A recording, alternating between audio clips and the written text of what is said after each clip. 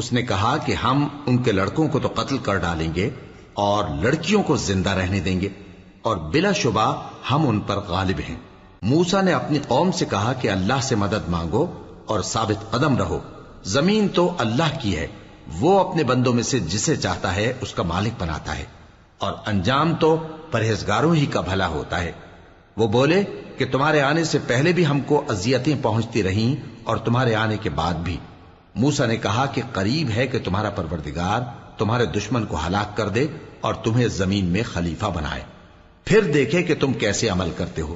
اور ہم نے فرعونیوں کو خشک سالیوں اور میووں کے نقصان میں پکڑا تاکہ وہ نصیحت حاصل کریں، سو جب ان کو آسائش حاصل ہوتی تو کہتے کہ ہم اس کے مستحق ہیں، اور اگر سختی پہنچتی تو اسے موسیٰ اور ان کے رفیقوں کی بدشگونی بتاتے۔ دیکھو ان کی بدشگونی اللہ کے ہاں مقدر ہے، لیکن ان میں سے اکثر نہیں جانتے۔